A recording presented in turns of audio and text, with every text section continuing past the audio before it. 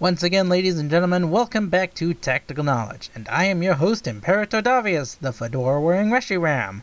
We continue our team guides for the Alola Friendly Competition, with this newest team lineup, one I call the Knights of the Aurora.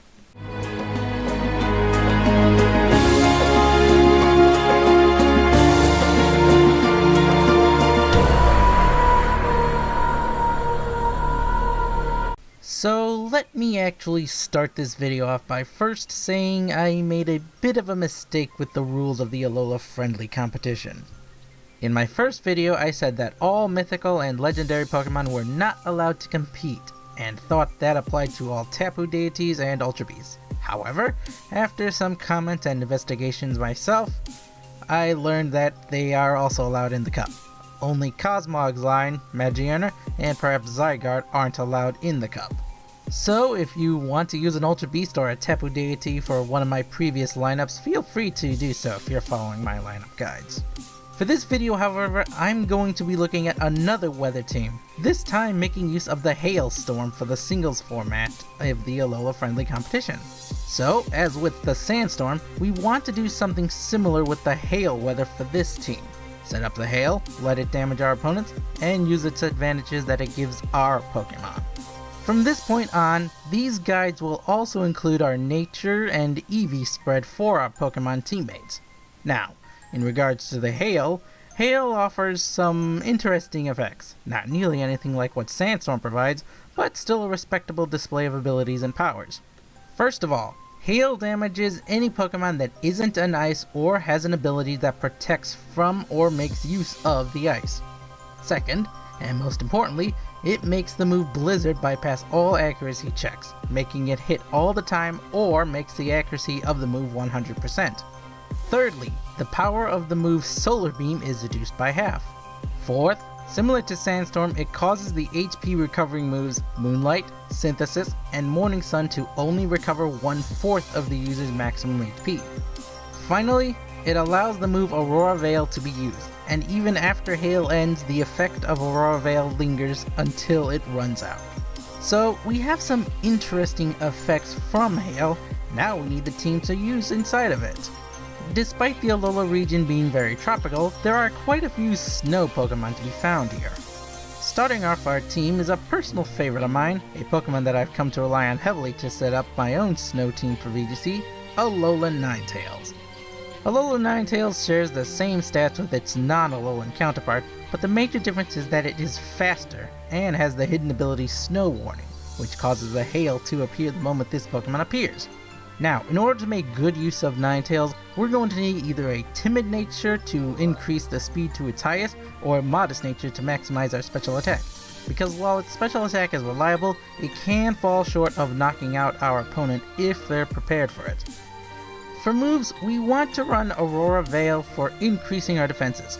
It may cost us our Ninetales, but our follow-up Pokemon will not only be better protected with defenses, but also be ready to counter with a powerful move. Breeding in the move Moonblast for bonus fairy damage, as well as giving it Blizzard and either Freeze Dry for water types or Extra Sensory for poison types is also recommended. Next up is going to be our backup for setting up the Hail, especially against rain teams that use Pelipper to set up the rain, Vanilluxe. Vanilluxe is a faster Pokemon than Pelipper, but we can offset this by going for the quiet nature and by trying to not get perfect IVs and speed if possible. For moves, you can't go wrong with having Freeze Dry for water types, Blizzard, Flash Cannon, and either Hail in case they set up a weather you don't want, or Protect. Our third team member is another favorite of mine for snow teams, Alolan Sandslash. Sandslash's hidden ability is Slush Swash, which activates when it's hailing, and when it is hailing, it doubles the speed stat of the Pokemon with this ability. Going for an adamant-natured Sandslash and maximizing our speed and attack stats is one way to go, and when fully invested with our Slush Rush ability active, turns our 117 speed Sandslash into a whopping 234 speed Sandslash with an attack stat of 167. Giving it a Choice Band increases its attack by 50%, and giving it moves Icicle Crash, Rock Slide, Brick Break, and Iron Head will give it excellent coverage and power.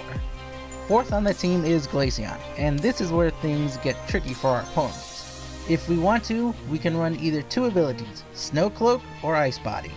For those who don't know, Snow Cloak works similar to Sand Veil, reducing the accuracy of any move used against a Pokemon with this ability in Hail by 4/5. As for Ice Body restores our health when it's hailing. With Snow Cloak, we can run a Modest Nature and give our Glaceon Bright Powder to reduce our opponent's accuracy by an additional 10%, effectively making their attacks miss 1/3 of the time. Or, we can continue to run the Modest Nature, but give our Glaceon either a Leftovers or an Assault Vest to make our Glaceon endure more attacks. I'll let you decide on moves, but for me, I always run Blizzard, Shadow Ball, Hidden Power, and either Icy Wind or Ice Beam.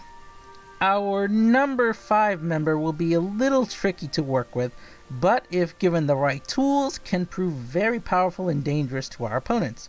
Frostlast. Frostlast can be either Timid or Jolly Nature, whichever you prefer, but we have to make use of our speed for this Pokemon. Though since most of our attacks are geared towards special attacks, a Timid Nature is recommended.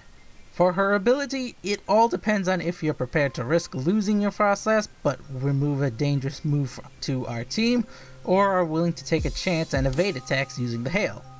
If we want to risk taking the damage, we'll need to set up a substitute for our Cursed Body to activate. For those who don't know, Cursed Body disables moves that damage us for up to 3 turns, even if the substitute is hit. If we go for the Snow Cloak route, we'll either need Bright Powder or a Focus Sash because Frostlast's lackluster defenses means she won't endure much before going down.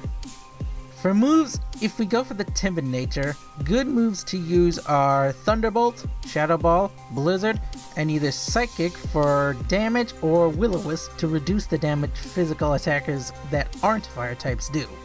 For our final team member, we're going to want a fast Pokemon, one that hits hard, moves fast, and can help us deal with threats, or could seriously throw off our opponent's game by simple move and item usage.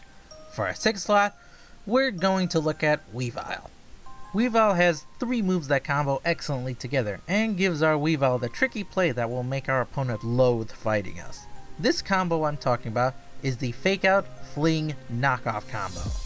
The plan is to Fake Out flinch our opponent, break any Focus Sash, then flinch them with a King's Rock Fling for a second flinch.